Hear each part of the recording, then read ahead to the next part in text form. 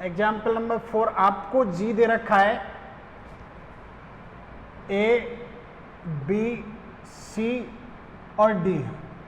जहां पर ए B C D क्या है, ए बी सी डी 2/2 के, जहां पर ए इक्वल टू दे रखा है, एंट्रीज दे रखी है 2/2 के मैट्रिक्स एज है।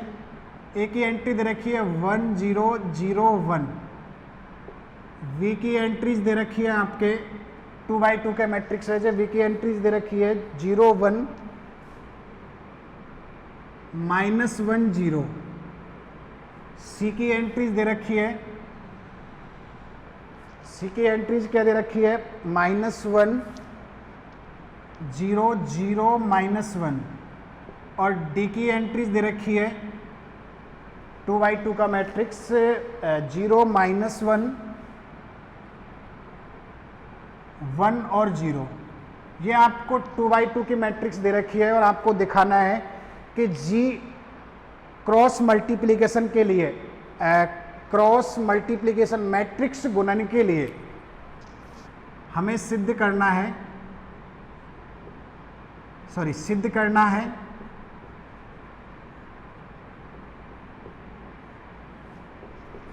जी मैट्रिक्स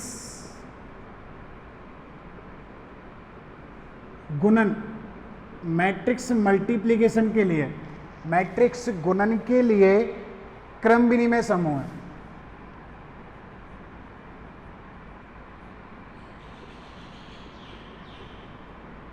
क्रम विनिमय समूह है।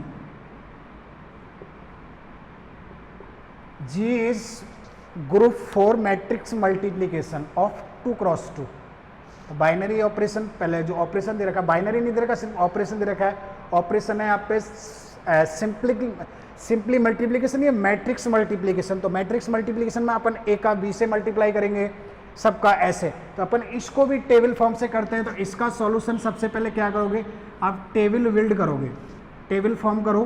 तो टेबल फॉर्म में सबसे पहले आप लोग क्या करोगे, ये तो हो गया मैट्रिक्स मल्टीप्लिकेशन, या डॉट लिख दो, एक ही बात है।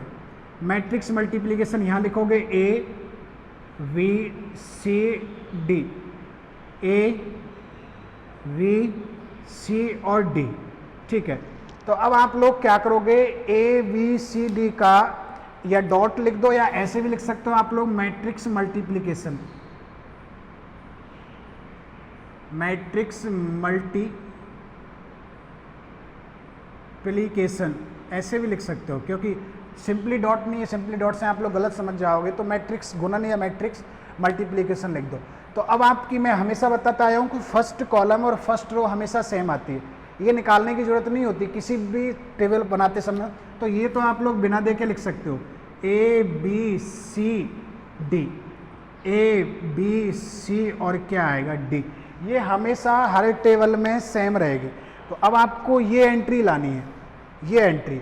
तो ये एंट्री क्या है, ये एंट्री ए का ए के साथ थी, ये एंट्री है बी का बी से मल्टीप्लिकेशन। ए का वी से किया तो वी आ गया, बी का वी से मल्टीप्लिकेशन करो तो निकालो क्या क्या आएगा। इधर निकालते हैं, देखो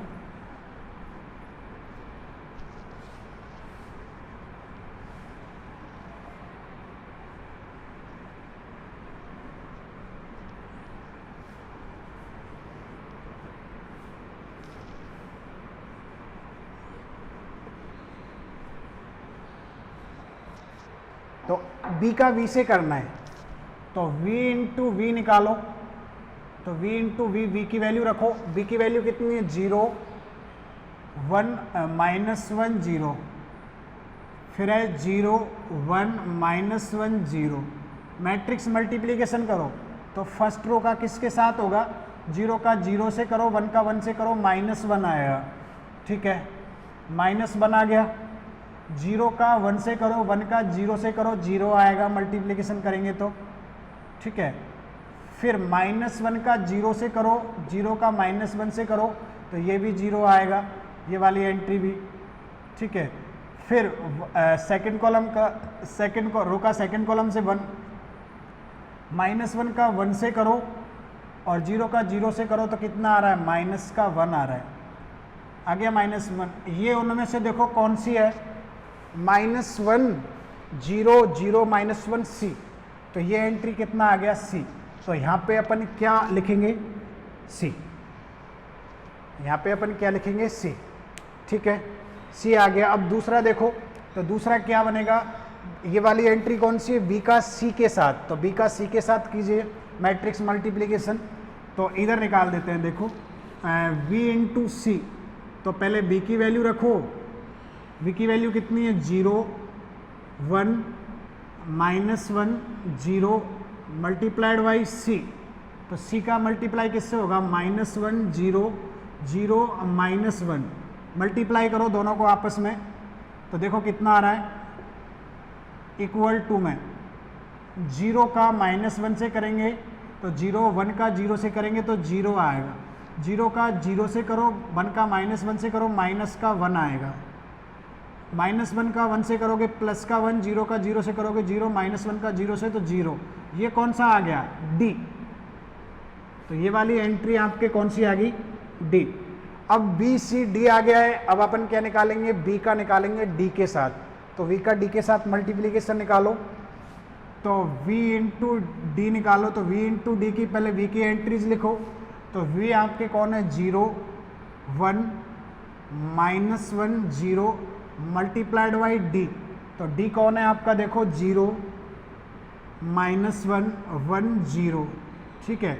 तो इनको मल्टीप्लाई कीजिए, तो 0 का 0 से करेंगे, 1 का 1 से करेंगे, रो का फर्स्ट कॉलम से तो 1 बनेगा, फर्स्ट रो का सेकंड कॉलम से तो 0 बनेगा, -1 का इससे करोगे 0, 0 का इससे करोगे 0 बनेगा, -1 का 1 से करोगे 1 बनेगा, तो कितना आ रहा है आपके a। तो यहाँ पे कितना आ जाएगा आपके a। अब चलो थर्ड रो पे, तो थर्ड रो में सबसे पहले c का a से करेंगे तो वो c आ गया, वो तो हमेशा आता है। c का v के साथ करना है, तो c का b के साथ करोगे, bc पहले निकाल लिए, c का b के साथ करो, तो c कितना है -1 0 0 -1, और v कितना है 0 1 -1 0, मल्टीप्लाई करो, तो -1 का 0 का 0, तो फर्स्ट एंट्री आपके आगे 0, -1 का 1 से करोगे -1, 0 का 0 से करोगे 0 का 0 से करोगे 0, -1 का 1 से करोगे 1, और लास्ट वाली एंट्री आ रही है 0। ये कितना आ गया आपके वापस -1 डी आ गया, तो यहाँ पे एंट्री आ जाएगी आपके डी, ये बन गया डी बन गया वापस। अब सी के साथ मैट्रिक्स मल्टीप्लिकेशन करना है, तो सी का सी के साथ करो, सी इंटू सी करेंगे, तो सी की एंट्रीज देखो, सी -1 0 0 -1, वापिस -1 0 0 -1, इनका मल्टीप्लाई करेंगे तो क्या आ जाएगा, देखो -1 का -1 से करोगे +1, 0 का 0 से करोगे +1, -1 का 0 0 0 बनेगा, 0 का 0 0 0 बनेगा, और ये वापस +1 बन जाएगा, तो ये कितना आ गया वापस a आ गया। तो ये वाली एंट्री आपके कितना आ जाएगा a। लास्ट वाली एंट्री c का d से करो, हालांकि पता है अपन को d आएगा, लेकिन करना है अपन को, c का d के साथ करो, c का -1 0 0 -1 मल्टीप्लाइड बाई d 0 -1 1 0, इनका मल्टीप्लिकेशन करो, तो इनका मल्टीप्लिकेशन करेंगे तो क्या आ रहा है देखो, -1 का 0 से करेंगे 0, 0 का 1 से करेंगे 0, -1 का 1 से करेंगे ये 0 और ये 1 बन जाएगा, 0 का 0 -1 का 1 से करेंगे -1 और ये 0 बन जाए, तो 1 -1 0, ये कौन सी एंट्री आ गई v, तो ये आ गया आपका v। इस प्रकार कौन सा रो कंप्लीट हो गया, थर्ड रो। अब अपन चलते हैं कौन से पे, सेकंड लास्ट कॉलम पे, तो d का करना है v के साथ, तो डी बी निकालिए, तो डी बी निकालेंगे, तो ध्यान से देखो डी बी क्या आएगा, डी का वैल्यू रखो पहले 0 -1 1 0, फिर मल्टीप्लाइड बाई वी रखो, वी कितना है 0 1 -1 0, तो इनको मल्टीप्लाई करेंगे तो कितना बनेगा, देखो 0 का 0 से करो, -1 का 1 से करेंगे 1 0, फिर 1 का 0 से 0, 1 का 1 से करेंगे 1 का 1 से करेंगे 1, 0 का 0 से 1, तो ये यहीं पे a आ गया आपके, तो यहाँ पे आप क्या रख दोगे a, बाकी बचे हुए हैं तो बाकियों को करो। देखो बाकी की वैल्यू क्या है, किसका करना है, डी का सी के साथ करना है, तो डी का सी के साथ करो।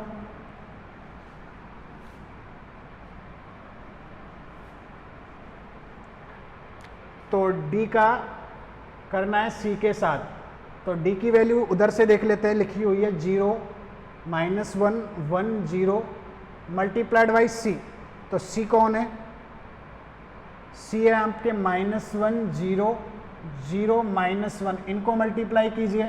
तो मल्टीप्लाई करेंगे तो क्या बनेगा, 0 का -1 से -1 का 0 से 0 बनेगा, 0 का 0 से -1 का 1 से करोगा 1 बनेगा आपके, फिर 1 का -1 से करोगे -1 बनेगा, और लास्ट वाली एंट्री 0।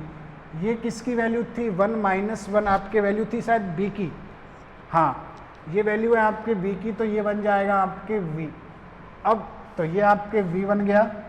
लास्ट एंट्री रह गया डी का डी से मल्टीप्लिकेशन, तो डी का डी से मल्टीप्लिकेशन करेंगे तो डी की एंट्रीज देखो ये ऊपर लिखी हुई है 0 -1 1 0, ठीक है, 0 -1 1 0। डी का डी से कीजिए तो क्या बन रहा है, देखो 0 का 0 से किया, -1 का 1 से किया -1, 0 का 0 0, फिर वापिस -1 बन रहा है, 1 का -1 से करेंगे 0, सॉरी ये बन रहा है वापस 0 और -1, ये कौन आ गया आपके सी आ गया, तो ये एंट्री आ गया आपके सी। तो अपन ने यहाँ पे देखा कि पूरी टेबल कंप्लीट हो गई, दो मैट्रिक्स को लेकर मैट्रिक्स मल्टीप्लिकेशन किया तो आपके सारी एंट्रीज क्लियर होगी। अब आपको देखना है कि क्या ये ग्रुप फॉर्म कर रहा है। सबसे पहले क्लोजर प्रॉपर्टी या बाइनरी ऑपरेशन देखेंगे। तो क्लोजर प्रॉपर्टी या बाइनरी ऑपरेशन कैसे देखते हैं, ध्यान से देखो। सिंस सारणी के संक्रिय सारणी कहते हैं इसको, ऑपरेशन टेबल कहते हैं, संक्रिय सारणी की सभी एंट्री जी से थी। जी में कौन कौन मैट्रिक्स थी, ए बी सी और कौन था डी। तो सबसे पहला पॉइंट, चलो पॉइंट इधर लिख लेते हैं, अपन इधर ही लिखते हैं हमेशा, इधर लिख देते हैं पॉइंट।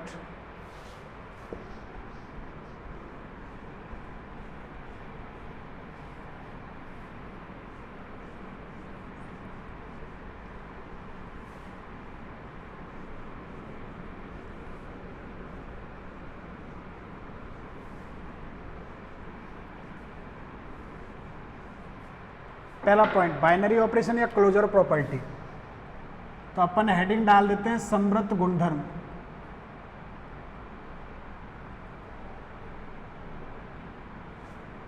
या द्विचर संक्रिया।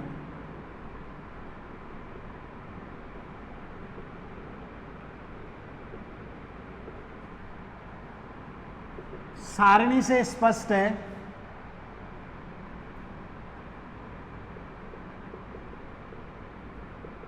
कि सारणी के सभी अवयव कहाँ से हैं, जी से।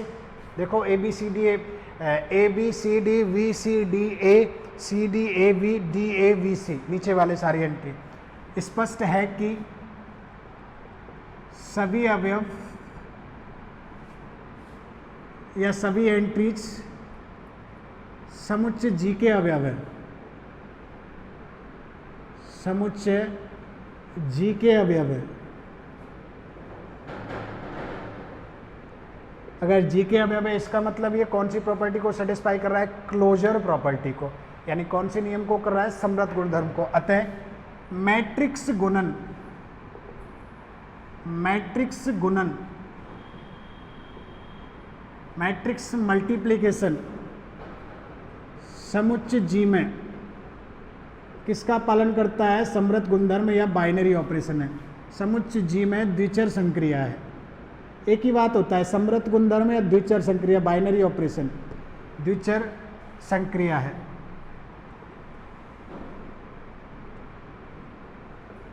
ठीक है, तो ये बाइनरी ऑपरेशन हो गया। बाइनरी ऑपरेशन के बाद क्या होती है, आपके एसोसिएटिविटी होती है। तो एसोसिएटिविटी कैसे देखते हैं, तो साचर्यता, सेकंड पॉइंट साचर्यता, एसोसिएटिविटी। तो देखो सारणी से स्पष्ट है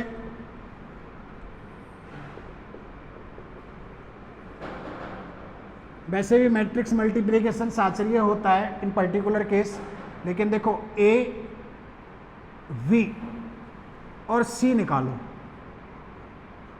सारणी से बता रहा हूं मैं डायरेक्टली, ए का वी से और वी फिर इसका जो आएगा वो सी से। तो ए का वी से करो, ए का अपन ने बी से मल्टीप्लाई किया तो क्या आ रहा है, वी आ रहा है, तो ये बनेगा आपके वी, और वी का फिर किससे करना है, सी से, तो v का c से किया तो कितना आ गया, d। दूसरा, तथा ये निकालो a v c, तो vc देखो, bc, ये कोई भी 3 एलिमेंट है, bc देखो, v का c के साथ किया तो क्या आ रहा है, a आ रहा है, तो ये बन गया a के तो पहले से है, और एक और बन गया ए, और ए का ए के साथ किया, सॉरी गलत लिखा, बी का सी के साथ कर रहे हैं तो क्या आ रहा है, डी आ रहा है, बी का सी के साथ किया तो डी आ रहा है, ये नहीं आ रहा, गलत। तो ये ए तो पहले से है और ये डी आ गया। अब ए का डी के साथ मल्टीप्लाई करें तो ये रहा ए का डी के साथ कर रहे हैं तो वापस क्या आ रहा है, डी, तो ये डी आ गया। दोनों ही एक दूसरे के क्या है, इक्वल। तो यहाँ से स्पष्ट है कि A of B into C equal to कितना आ रहा है, ए ऑफ बी सी। इसका मतलब ये कोई 3 रैंडमली एलिमेंट लिए, सारे दिखाने के लिए रैंडमली। इसका मतलब है कि जो मैट्रिक्स मल्टीप्लिकेशन है जी में किस लॉ को सेटिस्फाई कर रहा है, एसोसिएटिविटी कंडीशन को क्या कर रहा है, सेटिस्फाइड। तो अपन लिखेंगे अतः मैट्रिक्स गुणन जी में साचर्य है, एसोसिएटिव है। तो ये साचर्य हो गया। 3 दिखा दो रैंडमली, सारे के सारे दिखाने की अपन को क्या है, जरूरत नहीं, ठीक है। अब आपको क्या देखना है, तत्समक अवयव। तो तत्समक अवयव मैट्रिक्स में आइडेंटिटी होता है हमेशा, आप लोग जानते हो आइडेंटिटी एलिमेंट होती है 0, 1 और ये वाले। वैसे तो अपन जानते हैं ये वाला आइडेंटिटी एलिमेंट होता है मैट्रिक्स मल्टीप्लिकेशन या नॉर्मली, लेकिन ये देखो सबको ए के साथ ऑपरेट करने पर खुद ही आ रहा है कि नहीं। देखो ए को ए के साथ किया, ए आ गया, ए को वी के साथ किया, वी आ गया, ए को सी के साथ किया, सी आ रहा है, ए को डी के साथ किया, डी आ रहा है। क्लियर। वापिस ए का, बी का, सी का, डी का। तो देखो थर्ड पॉइंट ऊपर लिख रहे हैं, थर्ड पॉइंट उधर,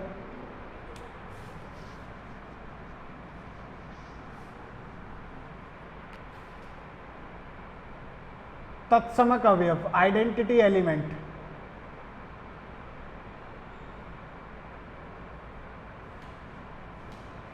तत्समक अवयव आइडेंटिटी एलिमेंट। तो सिंस ए का ए के साथ कर रहे हो तो भी ए आ रहा है, ए का बी के साथ किया या बी का ए के साथ किया, ए का वी के साथ किया, वी का ए के साथ किया, हमेशा बी आ रहा है। ए का सी के साथ करो, सी का ए के साथ कर रहे हैं तो भी कितना आ रहा है, सी। देखो ए का सी के साथ किया या सी का ए के साथ किया तो भी सी आ रहा है। ए का डी के साथ किया या डी का ए के साथ मैट्रिक्स मल्टीप्लिकेशन किया तो भी क्या आ रहा है, डी। अतः डी कौन सा अवयव है, sorry A equal to 1 0 -1 0 sorry 0 1 समुच्चय जी में, समुच्चय जी में मैट्रिक्स गुणन के लिए, जी में मैट्रिक्स गुणन के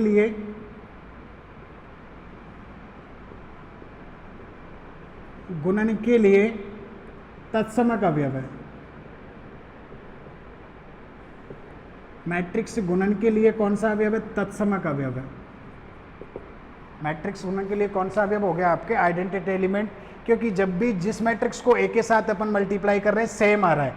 यहाँ देखो चाहे लेफ्ट में मल्टीप्लाई करो चाहे राइट में मल्टीप्लाई करो, इधर किया तो इधर भी यही आ रहा है, लेफ्ट में मल्टीप्लाई किया तो भी यही आ रहा है, ठीक है। लास्ट आपके है इनवर्स एलिमेंट की किन किन मैट्रिक्स को मल्टीप्लाई करने पर ए आ रहा है। तो ए कहाँ पे आ रहा है बस उसको घेरा कर लीजिए। तो ए कहाँ आ रहा है, देखो एक तो ए आ रहा है यहाँ पे, ए को ए के साथ कर रहे हैं तो आइडेंटिटी एलिमेंट को आइडेंटिटी से मल्टीप्लाई करते हैं, ए आ गया। फिर एक आ रहा है ये वाला ए, जहाँ जहाँ ए आ रहा है उसको ब्रैकेट में बंद कर दीजिए तो आपको पता लग जाएगा। तो यहाँ पे जो इन्वर्स एलिमेंट है उसका भी देखो सारणी से स्पष्ट है।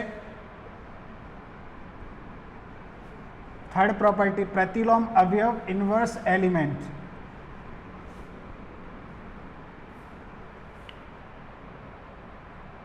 सॉरी थर्ड नहीं, फोर्थ प्रॉपर्टी प्रतिलोम अवयव इन्वर्स एलिमेंट।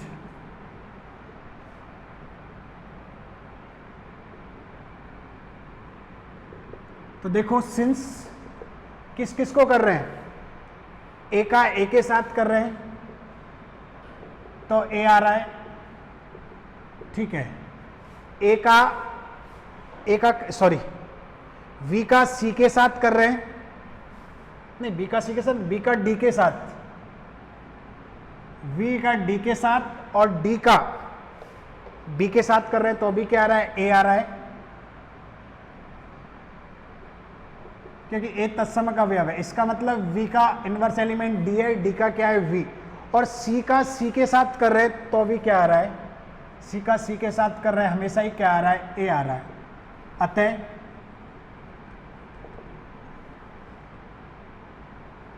ए बी सी डी का मैट्रिक्स गुणन के लिए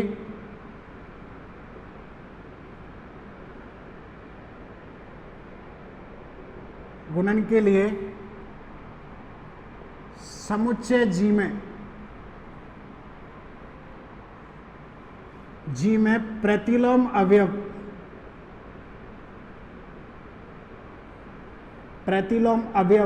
इनवर्स एलिमेंट क्या है बताओ, ए का ए के साथ किया तो ए आ गया क्रमशः, क्या है बताओ, ए का ए के साथ किया ए आ गया। वी का कौन आ रहा है, वी का डी के साथ कर रहे हैं तो डी आ गया। डी का वी के साथ कर रहे हैं, सी का सी आ रहा है और डी का कौन आ रहा है, बी है। तो यहां तक आपके इनवर्स एलिमेंट हो गया। इनवर्स एलिमेंट हो गया आपके, इनवर्स एलिमेंट होने के बाद तक ग्रुप प्रूफ हो गया, लेकिन अपन को क्रम विनिमय प्रूफ करना है। तो क्रम विनिमय कैसे देखते हैं कि मेन डायगोनल देखो, टेबल का जो मेन डायगोनल है ये वाला डायगोनल है मेन डायगोनल के अबाउट अगर टेबल सिमेट्रिक है, जैसा ऊपर है वैसा ही नीचे है। मैं इधर बना रहा हूं, दोबारा टेबल बना देता हूं, देखो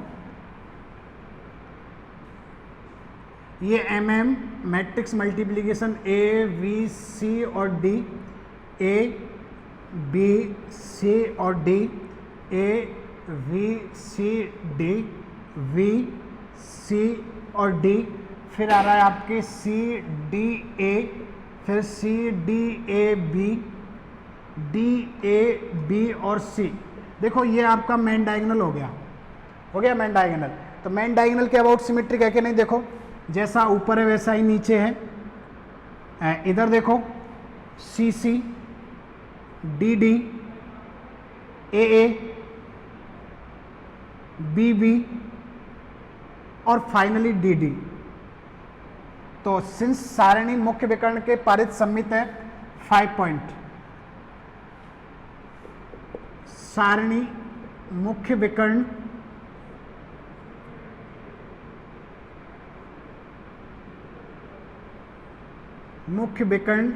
के परित अबाउट क्या है, सम्मित है, के अबाउट सिमेट्रिक है, सम्मित है। Table is symmetric about the main diagonal, main diagonal के अबाउट सिमेट्रिक है। अतः अपन कह देंगे मैट्रिक्स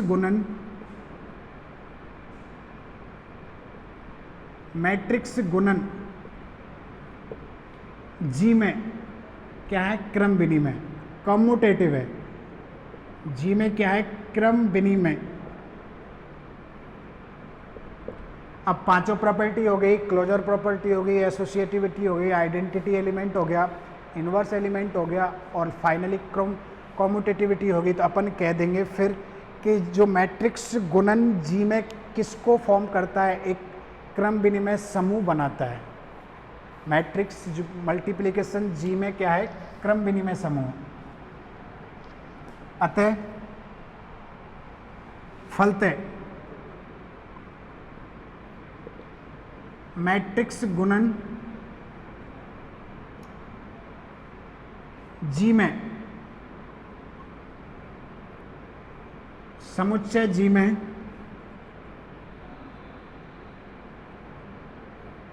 समुच्चय जी से जी के साथ क्रम विनिमय